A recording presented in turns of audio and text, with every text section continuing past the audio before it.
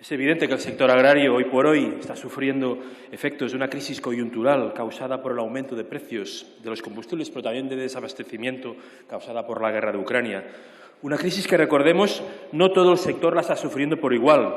No la sufre por igual un pequeño productor que una gran distribuidora. Pero no nos engañemos, desde hace décadas el sector está atravesando una profunda crisis estructural, no coyuntural, sino estructural, que los diferentes gobiernos que se han ido sucediendo no han sabido o no han querido resolver.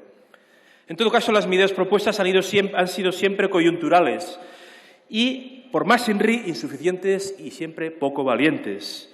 En ningún caso son medidas que planteen una reforma en profundidad del sector, como realmente es necesario.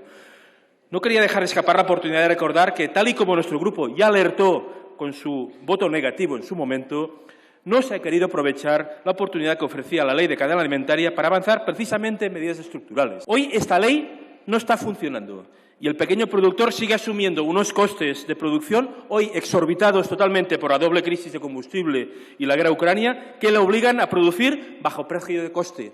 Nada diferente de lo que hace unos meses o hace unos años estaban sufriendo. Por lo tanto, la Ley de Cadena Alimentaria no ha funcionado en ningún sentido. Hoy por hoy, el pequeño agricultor ganadero, que, repito, cumple una función social de cohesión del espacio rural, ve inviable poder vivir dignamente de su explotación y se ve sometido a unas reglas de un mercado especulativo y a un contexto de inestabilidad económica y política que solo acaba beneficiando a las grandes empresas del sector agroalimentario.